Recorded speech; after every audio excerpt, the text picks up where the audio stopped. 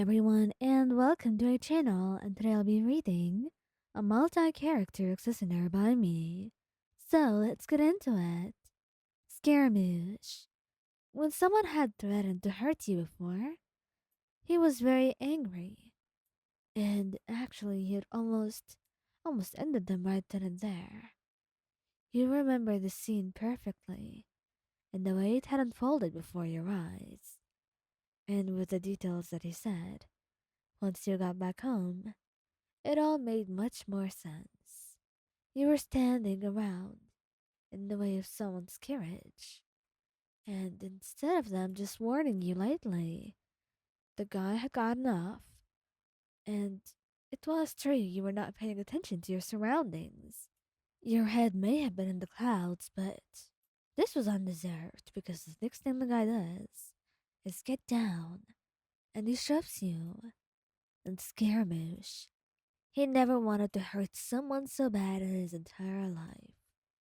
He punches him hard, kicks him into the ground. All of that within a couple seconds. Scaramouche, it's fine, I'm okay. He told him multiple times, and eventually he relented, huffing. I can't believe some people can be like that, he said, and you wrapped your arms around him tightly, stroking his back. It's not like you endorse the violent acts he sometimes does, but you can't help but acknowledge how right he is sometimes. And how this guy could have prevented this by simply not being an asshole. But you had no say in this matter. It was something that passed and happened, and all you could do now was try your best to calm Skirmish down, stroking his hair gently, and eventually the two of you walked away from the scene.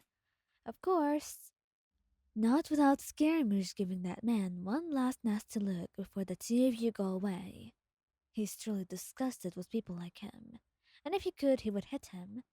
But alas, he's not given the chance. Not with you dragging him away. That man should be thankful and grateful. He is quite lucky that Scaramouche has an angel like you guiding him around. Venti. Venti actually doesn't know what to do. Most of the time, he tries to solve things peacefully, but not when his loved ones are involved. When his loved ones are involved, he wants to fight. He can't help it. The way that this fire runs through him, and he wants to hit the other person in front of him as soon as he can. I mean, it wasn't like the person was forced into hitting you.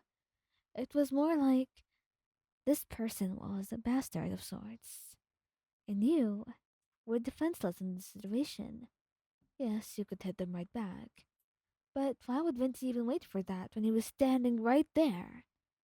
If anything, this guy, he deserved to be. He couldn't say it.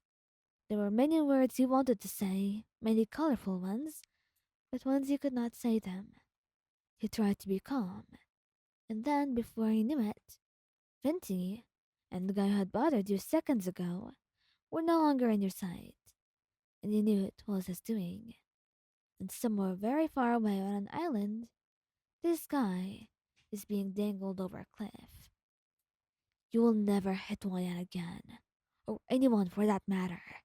You got it?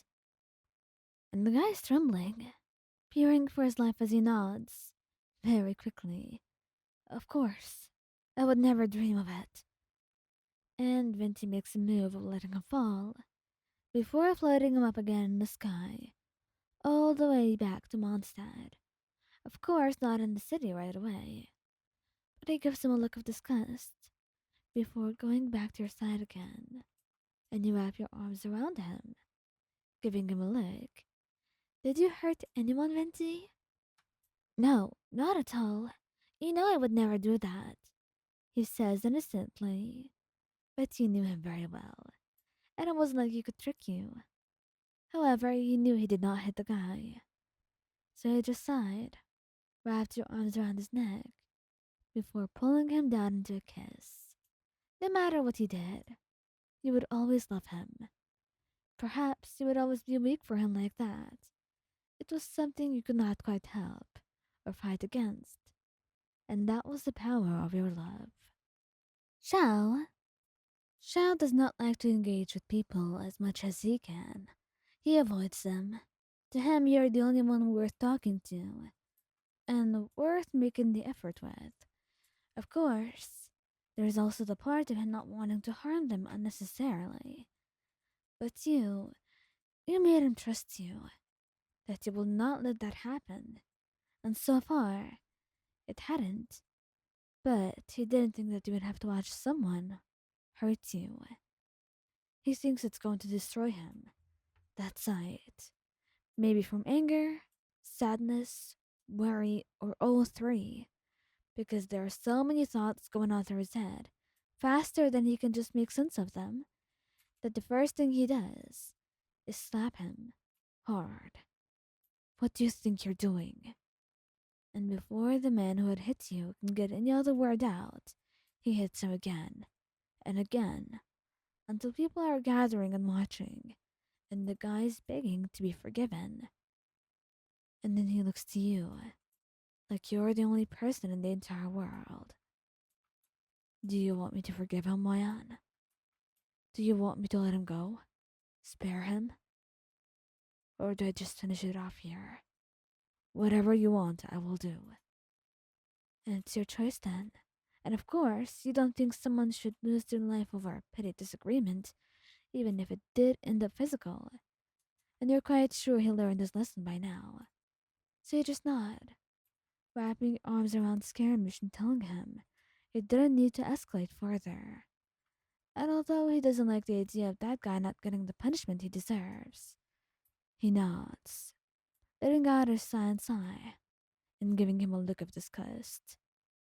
Count yourself lucky, because if anything happens like that again, there will be no second chances. And I don't just mean Ryan. This is the last thing he says before leaving. And you find yourself blushing, because that right here was your boyfriend. And you just seem to have the best friend in the world, even if he was a little bit too violent at times. But you forgive him. Besides, you loved him and everything about him, even his own flaws. And right now, it meant accepting what he did and knowing why he did it. And also, you don't really mind, because that guy had it coming.